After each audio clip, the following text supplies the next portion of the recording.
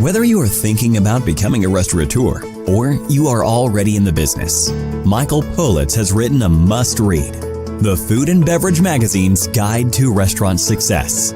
Pick up your copy today at Barnes & Noble, Amazon, Books A Million, or wherever fine books are sold. Food and Beverage Magazine Live, bringing food and beverage to life with your hosts, James Beard Award winner Jennifer English and Food and Beverage Magazine publisher Michael Politz. Featuring leaders in the hospitality, branded food and beverage, and CPG industries, many of whom are Jennifer and Michael's friends in the business. For an informal and informative conversation where friends in the business share the latest intel, ideas, and best practices. Live, juicy inside scoop from the tastemakers, newsmakers, bread bakers, drink shakers, spoon lickers, clam diggers, farms, foodies, and friends of the food and beverage magazine world. Here are your hosts, Jennifer English and Michael Politz. Well, hello, everybody, and welcome, or should I say cheerio. The food industry is where we live, and I am the editor-at-large of Food and Beverage Magazine, and we are thrilled for our 14 million readers who join us every month for news about what's going on in our industry. And in this post-COVID world, as our industry comes roaring back to life, we find ourselves looking into the future of food. Food 3.0 is what we're calling it.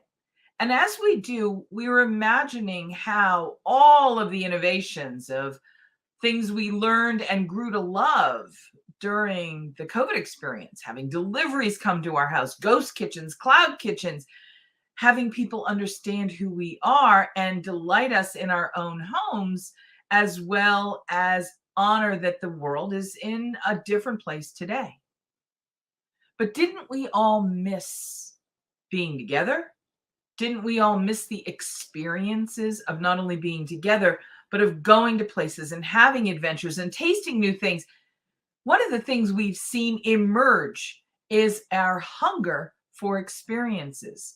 We discovered that we can use technologies to go into the world of Web3 in the food and restaurant world, the hospitality industry, and engage our guests, to delight them, to welcome them, to make hospitality, to cultivate conviviality, and to conjure magic. This is what the hospitality industry has always done, and we do it with food and drink, with experiences to create memories. We do it in the vernacular of irresistible. We make it possible for people to learn and discover and travel and to discover themselves through self-awareness, through flavor. So why do I tell you all of this? Because we have an extraordinary guest who is joining us today. She's one of the world's leading experts on experiences. Her name is Victoria Taylor.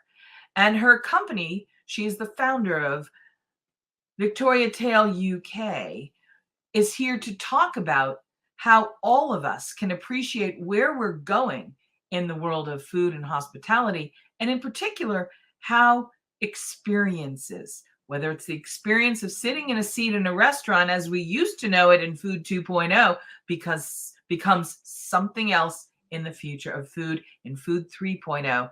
It's our real honor to welcome Victoria Taylor from her experience headquarters in the United Kingdom. Hello and welcome. Hello, thank you for having me. So did I overstate that too badly, or are we pretty much in line? You did great. You did great. Thank you for having me. I love what you said about Food 3.0. I love that. Really interesting. Talk a little bit for our audience. Let's introduce them to your company and who you are and how you've come to be in this place at the dawn of the food next, Food 3.0. Yeah, do you know what? It's such an interesting time to be in this space. So, yes, I am founder of Victoria Taylor UK, and I work in creating experiences. And those are experiences that intersect with the human condition, right? So every time we're creating an experience, we always need to put the human at the center of it. So that's what my company does. We take the human being and we work back from there. So at the center of every experience, we start with a human, how a human operates, how they respond to different stimuli, different sensory conditions, be that through food, hospitality, and we build back experiences from there. So yeah, it all centers around people, because as quick and as fast as the world is moving through different metaverses and technologies, at the center of every experience lies a human. So we have to make sure that the human is central to it all. So that's essentially what my company does. We put the human at the center and we build out experiences to create unique and extraordinary. How do you define experience for the purpose of creating and establishing a brand new industry, which is the experience industry? It might have been called events, or it might have been called promotions or special events before, but now we're calling it experiences, and it seems to be bigger and broader. Can you tell everybody, because your company is about experiences, how do you define experiences today? What are experiences? Yeah, so experiences, they're actually different to every single person. So they're different to you and they're different to me. And experiences are sums of moments, in my opinion. There's sums of moments that we have. So you and I are having a moment here now. Before we went live, we were having a moment talking about what we were going to do when we went live.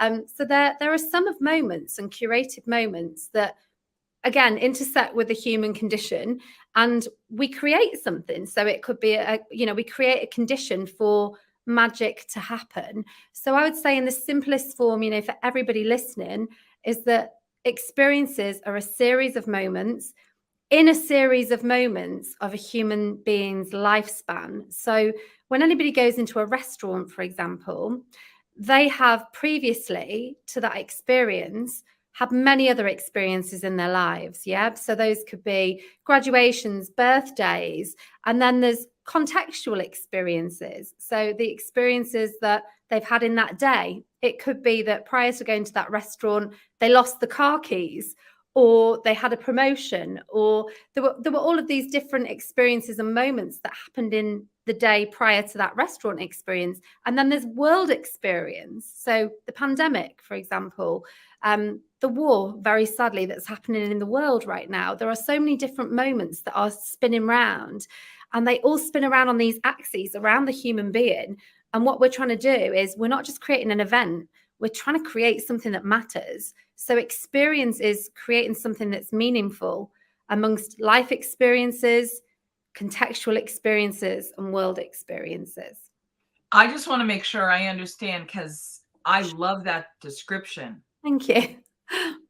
What you're essentially giving us is an understanding that we're going to make a memory. Yep. But more importantly, in this world of Web 3.0 and Food 3.0, which are seeming to intersect right now, we're talking about bond and 100%. community. And when we have an experience, that is a moment of bonding.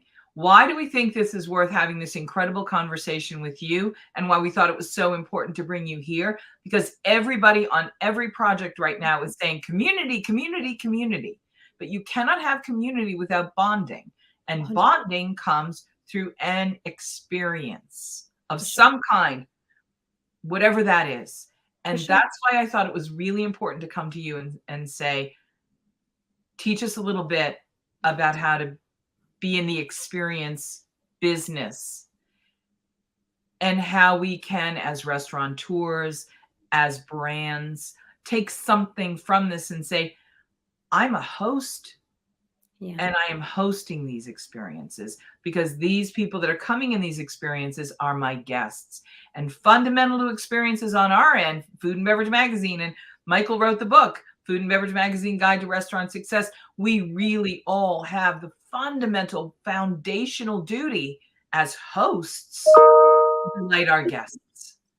100%. That's exactly what it's about. It's about surprise and delight. First and foremost, whatever industry we're in, we are stages of experience. Secondary comes what we do. It's almost like we are creating scenes and acts, and we're taking our guests on a journey through a production.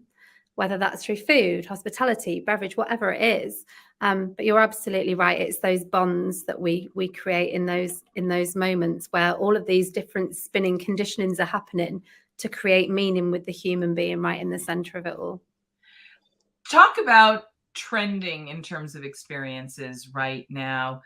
I know that you have a global perspective, and I want you to imagine that you're inspiring people who are in the business of delighting their guests. And I want you to help us translate how the table touch in the front of the house in Food 2.0. I don't know if that's you or is that us making that sound? I don't think it's me. No, I've got my notifications silenced, so I'm not sure where that. I don't know what that is. We're going to find out. But I was hoping that you would share with us,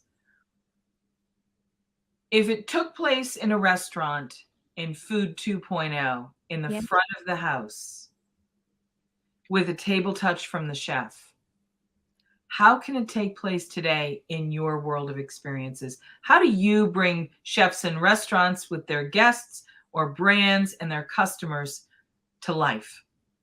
Yeah, I mean, ultimately, so my background prior to having my consultancy, I've kind of worked in a lot of different positions in hospitality. So I've worked washing pots, I've worked waiting on tables, I've worked behind bars, I've worked in housekeeping. I've done many different positions throughout my life where I've been very fortunate to have the perspective of head chefs, of head waiters. I've gone through that education, and ultimately, we're all engineers in this big machine. But as the world is moving and as the world is changing through different alternate realities, and we've alluded to the metaverse a couple of times, it isn't just about the plate.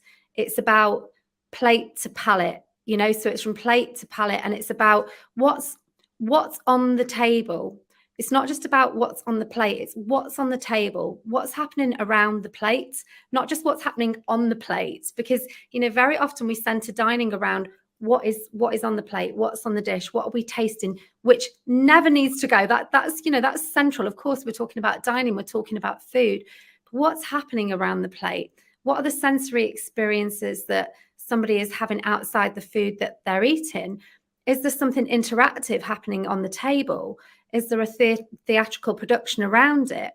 If you strip it back, is it not about theatrical production? Are we in a really isolated space where actually there's a lot of white space around the table, and that then highlights what's on the plate? It's thinking about the conditions that go beyond the plate to create extraordinary. Are we complementing the plate? Are we enhancing the plate? Are we creating something extraordinary around the plate? But it goes beyond the plate. I think I've probably emphasized that enough, but it goes beyond the plate. Of course, it's about the food and the menu and the artistic and craftsmanship that goes into the food, but it's everything else that sits around it too. Is it immersive? Are we combining this with art? Are we combining it with a production? Is it something where they're interacting with the tablecloth? Is the tablecloth telling a story? There are so many ways that we can bring food to life beyond what we put into our mouths. How important is authenticity of experience for people? I know in the United States, I'm going to use my friend Sean Walchef. He does Cali barbecue, and he's one of the greatest barbecue masters in the United States. But he's in San Diego, and nobody necessarily thinks of San Diego as being the barbecue capital, right? We think of I don't know, Texas or the Carolinas or Kansas City. But if you want a really good experience, he will have you come to his place to have a barbecue experience. And I'm going to use that as an example. And people that love barbecue want to have that. Teach me how you do it. Show me how you do it. I want to taste it, try it, make it, buy it. I want to be in it. I want to be with you. I want to have all that authenticity. How important is that in the future of our experiences? Do we want more than just a great brisket sandwich? Or pulled pork sandwich? Is it more than the food? Do we want more than the food everywhere? Or is that something that was just from the pandemic and we're going to let that go because we don't really want to become barbecue masters, but we just want to know how it happens? Yeah, no, not at all. I think that's a really good question. And I think that, actually it depends upon context. Again, when we talked about those, axes that are all spinning around each other. Do you want an experience where it's just about the food today or tomorrow or the weekend? It can vary. But I think ultimately we have to look beyond, sometimes we try and pinpoint what it is as a whole, but it's continuously moving. It's always moving. We have needs, wants, desires that changes on a day-to-day basis. But what we have to remember is what our businesses sit inside of. And what our businesses sit inside of is an experience economy. It's not just the hospitality business that a hospitality business is competing with. First and foremost, we're all competing for attention. And that's the reality. In the world that we live in, we're competing for attention. You look on social media, and what we're trying to do is stop people from scrolling. We want them to stop scrolling past and go, that's the restaurant that I want to go to. But when your restaurant is sitting in a world of Kardashians, restaurants, hotels, sports cars, businesses, beaches, there are so many things that sit in those feeds. Ultimately, we have to stand out. So it could be that we're craving an authentic experience. And I think actually following the pandemic, we do crave authenticity more because we've kind of lacked being able to go to those cultural places. And when you lack something, you crave it more. So I think that we've lacked that, and we do want to absorb cultures and more genuine cultures, but we're also craving experiences because we've lacked them as well. So I think that there isn't one necessary answer to that. Is it this way or is it that way? I think we're continuously moving, and that will chop and change. But the experience economy is going nowhere. The experience economy continues to revolve and move, and people are continuing to innovate and create and create. And as people are doing that, and as people are innovating, if we don't do that, then maybe we kind of get left behind for being the one that isn't really doing anything and isn't doing anything new. So for the restaurants that are maybe doing the same thing and just doing the food, that might be great within the local area for a while, or it might be great with your, that's okay. It might be great with your regular community for a while, but it is looking to the wider context of the world and going, we do live in an experience economy, and every experience that we create matters. Talk a little bit for me and for the audience about the difference between economies and experience for restaurateurs and the ecosystem for brands, because there's higher stakes, you would argue, for a restaurant that lives and dies on the front lines. But in fact, the stakes scale much bigger for the big brands that have a bigger audience, that may have a disparate hunger, appetite for experience. I want to talk, because we have in our community at Food and Beverage Magazine, both individual restaurateurs whom we are devoted to and love, and our brand partners, all of whom make up our ecosystem and the food environment here that we're talking to. So I'm going to ask you to do two things. Let's start with the big brands. How are big brands coming to you and creating experiences? Do they create big experiences for big portions of their community, or do they tend to localize it in a more one-on-one kind of way? What are you seeing as the emerging trends in branded experience offerings for their guests and customers?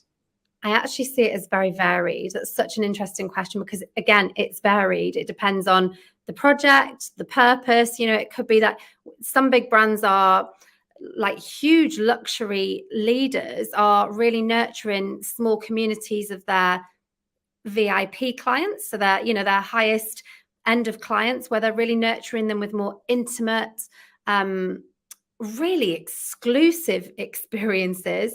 But then sometimes it's far reaching. So again, it's very, very varied. There doesn't particularly seem to be a trend. What I do think we're seeing a lot more of is collaborative experiences. So where we see X brand partnering with X brand to create something unique, because unique is a trend, because everybody is trying to create something in this experience economy that garners attention. And when you put two different brands together, that then becomes unique, because it's not found anywhere else, right? So it becomes unique and it's a differentiator. So I wouldn't necessarily say it's about going big or going small. It's about being the most unique at what you do and providing that point of difference that makes people go, that's the place we want to go to. That's where we want to be. That's the person that we want to sit in their restaurant. We want to go and drink their drink. We want to eat that dish. We want to be in that environment. And you do that by finding your points of difference. Can you give us an example of something like that that we may have seen and wished we could have participated in because we weren't part of that? Because I love what you're talking about in terms of micro communities, but we'll address that next. But do you have an example to help bring that big brand, Yeah, sure. So example to life?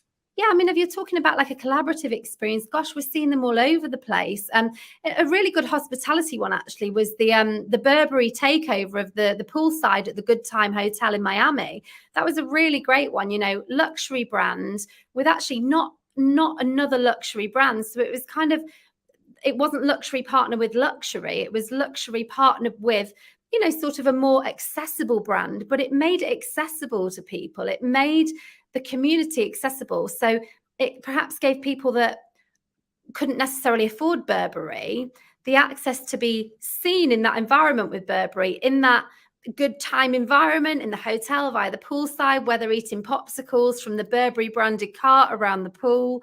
That's just one of many. I mean, we see multiple collaborations with luxury and across hospitality. But I mean, yeah, I think that hospitality partnering with luxury brands is a really good differentiator. And we are seeing more of it, but it's finding those unique pairings and collaborations based on where you find shared meaning, because it's not just collaborating for collaboration's sake. It's collaborating based on shared values and, shared communities, and where you can both add value to each other's respective communities. I love that example too, because one of the things that it does is it brings the brand to life. Yeah. And then it plants seeds of aspiration. For you sure. want to go there. And I mean, those are really important things to achieve. 100%, because, you have to remember as well, when we're talking about aspiration, we live in a culture, I always say to my clients, we're not just designing for first-hand customers, we're designing for the spectator. We're designing for the people that are watching experiences on social media. And aspirational experiences is a very big part of that as well. So, people use the experiences that they have as a part of their self-image creation. So, for example, if I go to the Good Time Hotel, that becomes a part of my self-image creation and what I share on my Instagram feed, if it's good enough to make the feed. And, people may like it, love it, loathe it, hate it, whatever it is. That's the reality. People aren't just aspiring for experiences. They're going, where do I want to go so I can curate my own image on my social media channels? So you're right, it is aspirational, but it's also a part of, well, how does that then become a part of my identity? And by partnering luxury with something that's kind of that mid-level, it makes it more accessible to all. And ultimately, for Burberry, for them, it feeds into this circular economy as well, where people might not be necessarily able to spend the money on Burberry products firsthand, but they might be buying secondhand Burberry from secondhand sites because they've had a touch point with the brand in an accessible environment. So I think collaborations are a great way to open brands up to new audiences. And I think this is something that we're going to see more and more across the hospitality industry as well. As with all fabulous conversations, they fly by very, very quickly. And we're already well into the amount of time. Can we steal a few more minutes with you? Because this is so fascinating. I'm getting messages on the back end. People are watching us. And I have to tell you, this is, we could do a 2-hour seminar with you. You said something really interesting, and you used an important word that I think is very instrumental to understanding this moment in time, whether you're a big brand or you're a mom and pop restaurant. It's access. You can have all the money in the world, but it doesn't always and necessarily buy you access. Access becomes a very important element of the establishment of value and feed worthiness. Can you talk a little bit about how you understand access and make your clients understand access, and then how you bring it to life in the projects you activate? Yeah, so I'm assuming you're talking about access as in making an experience accessible to, I just want to make sure I've got the question right. So making it's not just about, do you get a wristband or do you get a token? I mean, it's not the sort of technicals of how do you actually walk in the door. It's about the bigger idea of how can I have people at the Good Times Hotel that may or may not know or afford Burberry have access to Burberry in a way that they might not normally have. But for this moment in time, at this event, in this larger context, that's the kind of big picture access that I think is very much at the foundation and the early stages of being understood in this economy, in this food 3.0 world. For sure, yeah. And I think that's really interesting because it doesn't just stem from like the physical experience itself. So Burberry is a great example with the Good Time Hotel of how you've got those multi-levels. Like I said, sometimes you can have extreme luxury with extreme luxury, premium with premium, or you can have luxury with, that entry level. It can vary. But it's not just about the physical experience itself. So they did a great job of being able to provide access at multiple levels and opening up the brand to different levels of, economies, to people that could afford different things. But then you've also got this wonderful space that we've all become far more familiar with through the pandemic, and that's the digital world. So if people can't be involved in the physical sense, there's always a way to involve people in the digital sense as well. So, and that's a way to make communities feel involved as well. That could be through, there could be competitions that stem out onto social media. There could be hunts for NFTs. There's so many different ways that you can, and that's just from the top of my head, but there are so many different ways that you can create community. It doesn't just have to be at that physical entry point. It can be at digital entry point too. And that's about saying, right, well, what are we creating for the physical attendees? What are we creating for the spectators? And what are we doing for both of those audiences? Because I think very often when we design a food or drink experience, we're just thinking about the people that sit at the table. But it's not always about the people that are sitting at the table, because there are many thousands, millions of people that are potentially going to sit at the table one day. It's how do we include them in the experience too, so that if they can't afford it now, we take them on a strong enough journey and experience as a spectator that when they do have the income, that they do want to spend it with us and they do want to have those experiences with us down the line. So I always think it's designing for that dual and designing for the physical experience and the digital experience as well, because those are both equally important. I love that you're our friend in the business. And I'm going to ask you to share one or two resources that you think are essential for anybody that doesn't yet realize they're in the experience business. But here's a tip. Everybody that reads Food and Beverage Magazine is already in the experience business. That's why we're having this conversation. Yes. But what are one or two tips that you can share that really demonstrate or give me a resource to help not only educate me about what's possible, but who's doing a good job? What are the essentials? What are the few essentials we need to know to be a better experience producer? Sure. Experience is theirs, right? It's not ours. Experience. So I've said to everyone, experience is always theirs, your customers. It's never ours. So, all of us have egos, no matter who we are, what industry we're in, we all have egos. And I think when we're designing experiences, particularly in hospitality, whether we're luxury businesses, chefs, I've worked with some of the most wonderful chefs, fabulous, but we can all put our hands up and say we've all got egos to an extent. We can all do that. It's letting that go and remembering that experience is always in the control of your customer. Right. So we have to meet them where they are, not where we want them to be. So very often we'll design a wonderful menu and we'll say, right, we have this fabulous 7-course menu or whatever it is. That's fine. But if your customer comes to you from a starting point where they've had a terrible day, they're not going to receive that 7-course menu. in the same way that somebody comes to you who has had a great day. So we can design an experience, but we always have to remember that experience is theirs. So what we need to do is wherever somebody comes to us from, be that a good day, a bad day, in the middle, wherever it is, we need to slide every single one of those customers up the scale from where they are, right? So we need to take them from whatever their starting point is and improve it. So that's not necessarily through the experience you've designed, but we can do that through boosting sensory appeal. So there's so many ways we can do that. But one way that we can do that is boosting sensory appeal, make the flowers smell better, make the food taste better, make the lighting dimmer, create a better sensory atmosphere. Because we know that when we create a better sensory atmosphere, we create endorphins, we create a better atmosphere, which makes a person feel better. Similarly, Brings them in. Of course. Yeah, of course. So wherever they are, even if they've had a bad day, even if they start from the point where they've lost a job or whatever it is that they've done, we want to go, this person is an individual.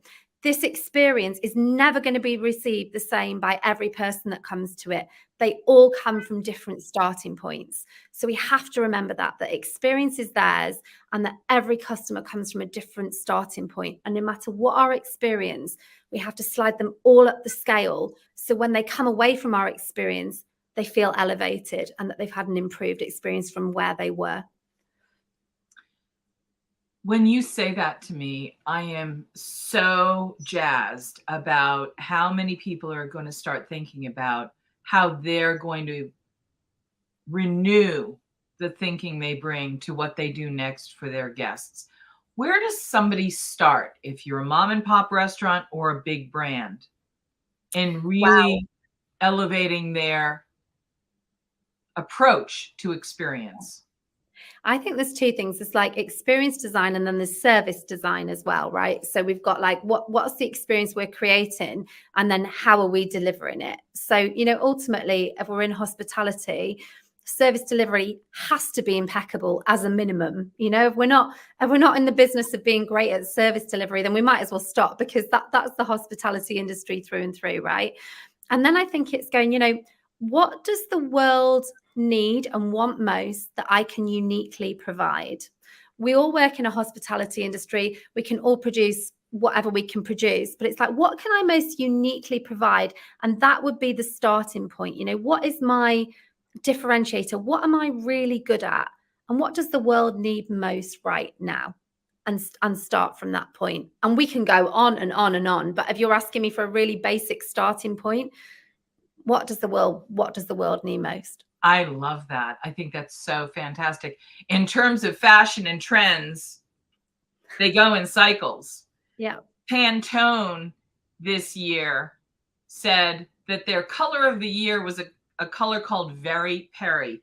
In fact, my shirt, you probably can't tell in the light, but the polka dots on my shirt are Very Perry.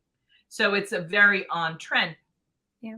I don't usually do things like that, but there are always trends. Yeah. What are the trends in experiences? But more importantly, what are the coming trends in experiences that you can tell us about, so that if we're doing an event at holidays time in 2022, that we're going to be chic and on trend? Do you know what I'm going to say? I'm going to say avoid the trends and be ahead of it. So it's not knowing what the trends are, because, if we look at the experiential space, you've got this beautiful like merging of art and food and technology, and you can combine them all together and you can throw everything together to create a wonderful production. But again, you have to relate it back to them, the human. They're living in a world where they are inundated with choice. If you follow the trend, you just end up being like the trend. You're not different, right? The best way you can capture human attention and consumer attention is to do something different. So it's not necessarily about not bringing on technology and art. Yes, those are wonderful things to do, but please do it in your own unique way, or consult with somebody to work with you to say, right, this is what's working, but how do we merge that with your unique ability to create something that is unique to you? Can we collaborate with someone? And how do we differentiate? Because In a world of choice where attention is a currency, your imagination is a commodity. And I'm telling you, the more you use your imagination to create something unique, that's where you thrive. So I'm going to kind of say ignore the trends. Okay. And what you're also saying, I'm hearing, is be in alignment with your authentic self. 100%. Whether you're a mom and pop restaurant or a big brand, make it clear and align with your mission and your message. For sure. And then sprinkle some experiential magic that captures eyeballs and attention. And when we say stuff like that, I'm going to go back 10 years and say, you know, that's the Bowmore oyster luge, or it's the experience you had at a party where you take pictures. I mean, there's an entire industry of creative people coming up with ways to delight us. 100%. And that's never going to change. But we're going to have experts like you to say, who are you? What's important to you? And what do you want to do to welcome your guests? Whether your guests are coming to your restaurant or your event, or they're going to be your customers for life. I love that you're helping us translate that into an activated experience. And I love that you mentioned NFTs. We'll have to have you back for a second session. How big is the realm of cryptocurrency based NFTs in this? How many projects are you seeing use NFTs as access tokens, and how else are they using NFTs? Do you know what? It is such a minefield. It's such an interesting world, this world of NFTs, I think, right now. Just seen a really, really interesting experience, actually, at the Savoy in London. Not the Savoy, the Rosewood in London. They've produced a fantastic NFT afternoon tea.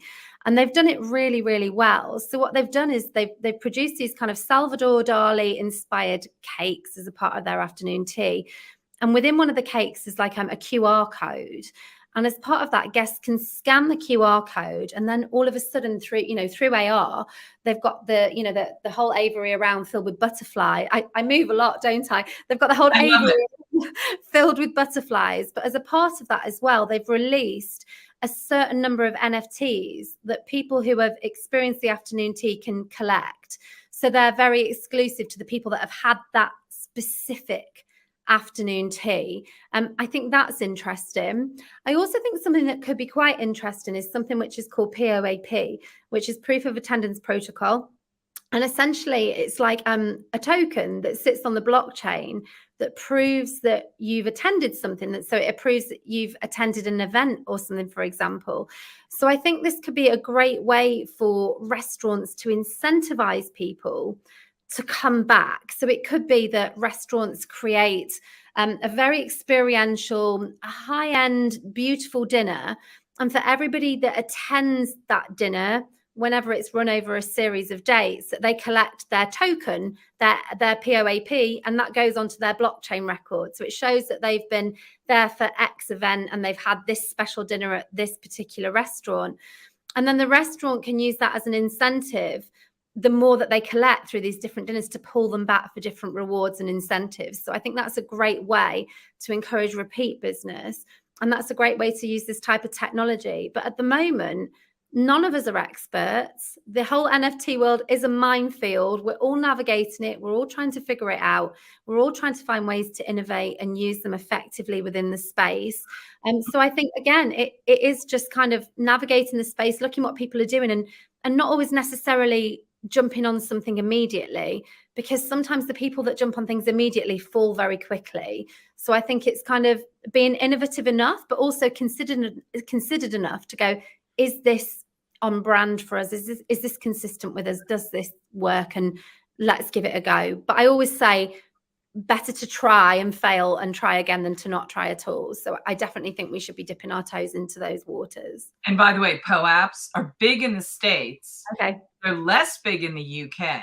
Yeah. And where I think they're going to be really interesting is for pop-ups. And I don't know if you're having, and I don't mean pop-ups in terms of a restaurant that only is there for a week or two. I mean something that pops up on a menu. Yeah, interesting. So you may have a steakhouse that does very traditional steakhouse cuisine, that never does hamburgers or cheeseburgers, but that once a month does a hamburger and cheeseburger that's a Michelin 3-star cheeseburger, and they only do 25 of them. Yeah, perfect. And that when you get one, you also get this POAP to prove that I got the special cheeseburger.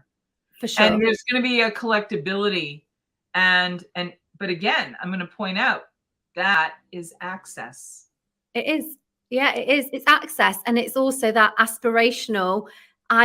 This is a part of my self-image creation, you know, and everything that we're talking about here is about them. It's about the customer. We always have to think about it in relation to them. You know, they're collecting these POAPs, but why?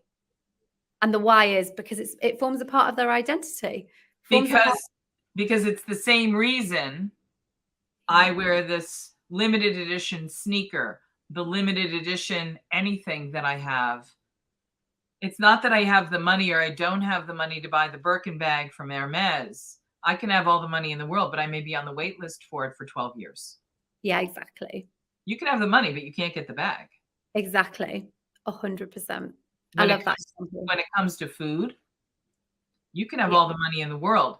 But if Noma, long time, best restaurant in the world, #1 restaurant in the world, if Chef Fred Zeppi decides to make a cheeseburger, I can tell you it'll probably be a really delicious cheeseburger. But if he does it in a limited quantity and you're already waiting 6 months for a reservation to get to the restaurant, the limitation on the access becomes, how can I get you access? Think of the world of NFTs and POAPs and all this digital technology like a digital concierge. For sure. For sure. And that scarcity is such a driver, isn't it, of experience? And, you know, we've all experienced scarcity in a different way over the last couple of years. We've experienced it because we've not been able to access anything. You know, we've been restricted from a whole world of experiences, a whole world of hospitality and dining. So we know what that lack feels like. And because collectively, globally, we know what lack feels like, we crave it more. You know, now is the time where experiences can thrive and some. You know, we are all in the experience business and our customers have never been more ready for them because we've lacked them. So you're quite right. That access is that scarcity, it drives it more. So I think there's a really, really interesting future with regard to NFTs, POAPs and everything that sits around it. We're just at the beginning. I love that you mentioned the Savoy and the Rosewood, but I also want to mention, and of course, you're talking about the United Kingdom. Of course, we're talking about tea, but we have to mention some of our other very favorite places in London, some of the great bars that are the world-renowned, best in the world, public houses. The Savoy again, Scarves Bar. We love Scarves. We love the team at Scarves. Aren't they fantastic? I just love Scarves Bar. One of my favorites in the world.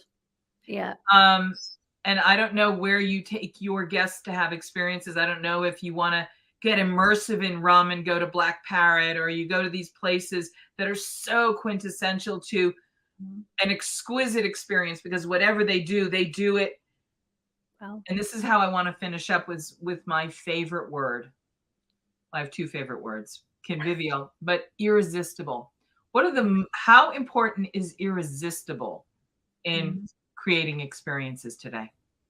Irresistible is really important because ultimately, you know, this is what we're all looking to do. We want to create something that people can't help but want to attend, tell their friends and family about, so they come and then tell more and more and more people. We don't get that by following trends. We get that by being unique and extraordinary and becoming those irresistible businesses that people go, I've got to go there. You know, I pick my experiences that I take colleagues, friends, and family to based upon the people. So I never pick somewhere because it's a popular place. I pick it because I know, look, I work around human design. I'm a psychologist. You know, I work around I know my friends' personalities. I know my family's personalities.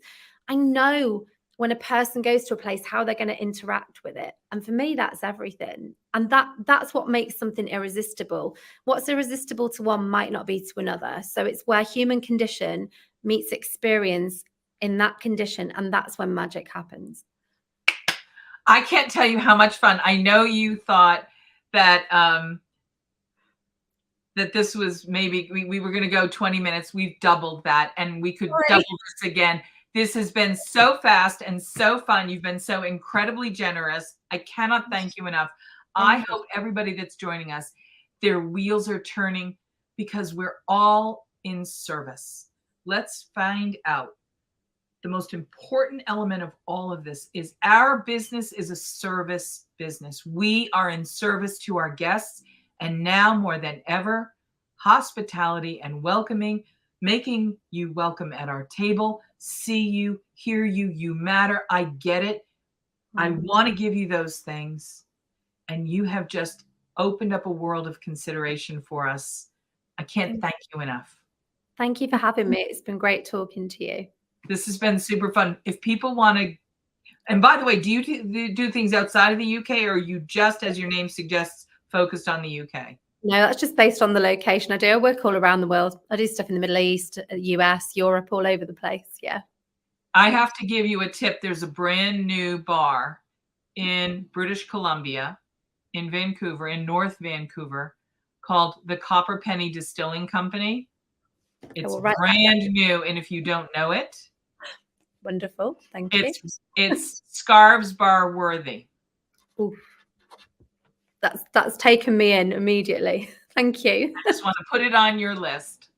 Thank you. I will visit. And when you come to our part of the world, I would love to host you and give you the experience of welcoming you into our world. You've given us an extraordinary gift today. Thank you so much. Thank you. Thank you so much. I'd love that. Thank you for having me. Cheers. Whether you are thinking about becoming a restaurateur or you are already in the business, Michael Politz has written a must-read, The Food and Beverage Magazine's Guide to Restaurant Success. Pick up your copy today at Barnes & Noble, Amazon, Books A Million, or wherever fine books are sold. Food and Beverage Magazine